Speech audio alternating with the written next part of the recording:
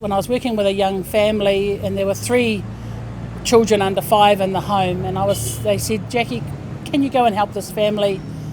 They're not engaged in any early childhood, they're not doing anything, and there's a bit of drugs and there's a bit of this and a bit of that, a bit of violence in there, and there's a bit of desperation.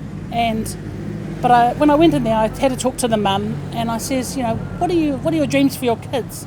And she says, I want them to learn te reo Māori, I want them to know who they are, I want them to know how to, when they go to kura or to school, and I want to learn te reo and things like that. And so I says, okay, that's amazing. And I said, what's stopping you? And she said, and I can't go in because you've got to go and do some parent help thing. And I asked the kohanga, I went up to my local kohanga and I says, look, there's a mum, she's not ready to come and do the parent help role. She's not ready to participate in the whānau activities, but her children, she wants the best for her children. And I took that plan, that aspirations of those dreams, and they said, yeah, we can help her. I said, can you pick up her kids because she has no transport? They said, yes. I said, can you awhi her, And they said, yeah. And they said, she has to awhi us too. And I said, oh. So we had to think about it. And I went back to her and I says, what can you do to awhi the kohanga? What can you do to show kindness for them looking after your children? Because that's how kohanga reo works. And she says, I come here and you've made a beautiful cake.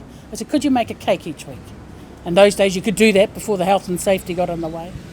And so she said, yeah, every week she'd bake this cake. And so it started from someone saying, yeah, this is not our normal way of doing things, but we can see that you have a passion. And by setting that goal, we got to see that for her. And it was amazing.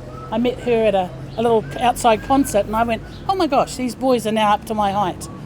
And I said, wow, what happened? And she says, he kōrero ana ahau ki te reo Māori. I can speak Māori now, Jaqi. And she says that came from when you came. And I went, I didn't do anything. She says, you opened the door.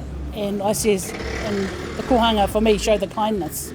And that kindness manifests itself 20 years down the track, So for me, we need to look at the person first and then everything else. You never know what that seed of kindness will plant and manifest itself into the future. So that's the story for me.